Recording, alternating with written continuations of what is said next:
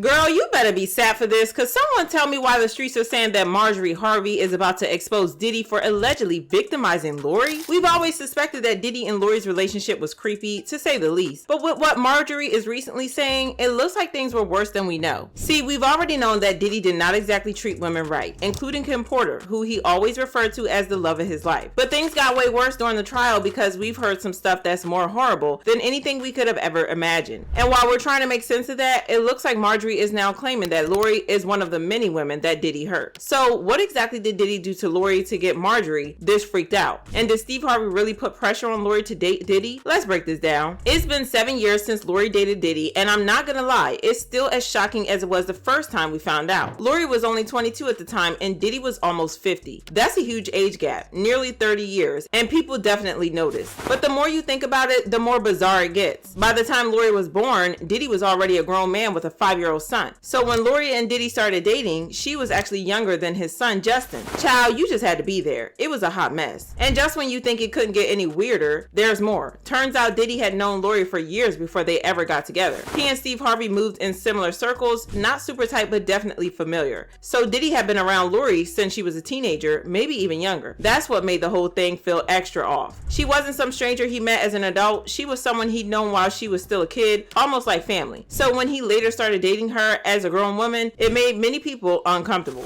And if that wasn't enough, here's where it gets even messier. Lori started seeing Diddy just a few months after his ex, Kim Porter, passed away. And this wasn't some distant connection. Lori and Kim were actually pretty close. She paid her respects on Instagram, writing, "Having a hard time processing this one. You were such a beautiful person inside and out. I'm so glad I told you how much I loved and missed you the last time I saw you. Your energy was truly something special. An angel on earth and now in heaven. R.I.P. Mama Kim." But then just a couple of months later, she started dating Kim's ex, Diddy. That definitely had people talking. It just didn't sit right. Some folks started wondering if Lori was really into Diddy at all, or if there was something deeper going on behind the scenes. And honestly, it only got more awkward. Not long after she and Diddy went public, people noticed that Lori had quietly deleted her tribute to Kim. But you know how the internet works. Once it's out there, it's out there. It made it seem like she was trying to erase the connection she had with Kim, like she was distancing herself now that she was with Diddy. Now, we all thought that Steve and Marjorie were going to step in and put an end to the BS, but the opposite happened. In fact, it looked like they supported the relationship because they went on a vacation with Diddy and Lori, and it looked cozy. However, they broke up not long after that vacation, and we were all relieved because, like I said, it was weird. But now the streets are saying that Marjorie was behind the breakup because she forced Lori to dump Diddy. Word on the streets is that she saw firsthand how Diddy treated her precious baby girl, and she was not having it. Allegedly, Diddy treated Lori just as badly as he treated his previous girlfriends. See, that relationship started not long after Cassie finally managed to escape Diddy, and Diddy was looking for a replacement victim. So I guess it was a good thing after all that Marjorie and Steve went out on that vacation after all. To put into perspective how wild it is that Marjorie was freaked out by the crazy things that Diddy did to Lori, I think I need to remind y'all that Marjorie used to be all about that life. I mean, homegirl used to be married to not one, but 2 dealers, and she escaped unscathed. Marjorie's first husband was a man named Jim Townsend, and he wasn't just some small-time hustler, he was deep in the game, dealing serious stuff like nose candy. We're talking major weight, not something you casually mention at brunch. He and Marjorie had 1 child together, and she was actually pregnant with their second when everything came crashing down. In 1992, Jim got caught by the feds while trying to move 40 kilos, or about 88 pounds of nose candy. At the time, both the FBI and DEA had their eyes on Marjorie too. They didn't buy her story that she had no clue what Jim was up to. In fact, they suspected she was more involved than she let on, even while heavily pregnant. But Jim decided to take the heat and protect her. Word on the streets is that he made a deal to keep her out of it, and as a result, he ended up being sentenced to life in prison. Marjorie was definitely grateful to Jim, for a while at least. That loyalty lasted about 5 years, and then she filed for divorce while he was still locked up. It didn't take her long to move on either. Her next man, Donnell Woods, who was allegedly Jim's cousin. But the real kicker, Donnell was also a dealer. So after escaping charges the first time around, Marjorie jumped right back into another relationship with someone in the same shady game. It had people seriously questioning her intentions, and honestly, it looked like she was chasing the lifestyle more than anything else. Of course, history repeated itself. Donnell eventually got caught too, and just like before, the FBI and DEA started sniffing around Marjorie again. And honestly, can you blame them? If someone's already been tied to one kingpin and then goes and marries another one, people are going to raise their eyebrows. But Marjorie, she worked her charm, played it smart, and somehow managed to walk away without a single charge again. Honestly, Marjorie doesn't get nearly enough credit for her finesse. Like, let's be real. It's wild that she managed to dodge serious legal trouble not once, but twice, all while being tied to 2 major drug dealers. That's some next level strategy. And then after all that, she ends up marrying a millionaire comedian who had been in love with her for nearly 2 decades. That's not luck, that's calculated. And she didn't stop there. She had him legally adopt all 3 of her kids and give them his last name, completely wiping any public connection to their biological fathers and the criminal past that came with them. That move wasn't just about love, it was smart. She rebranded her whole family and stepped into a new life with a clean slate. Whether you admire it or side eye it, you gotta admit, Marjorie knows how to play the game. Like I said, Marjorie was about that life. So if she was horrified about how Diddy treated Lori, like the streets are saying, y'all know it had to be something real bad. But that's not all, because there are some crazy rumors about how Diddy allegedly got Lori pregnant and then forced her to get rid of it. This isn't the first time that he's been accused of doing something like this, and yeah, it's not surprising that Marjorie wanted her baby out of that situation. Anywho, I want to know how you guys feel about this, so drop your thoughts in the comments, then check out this next video.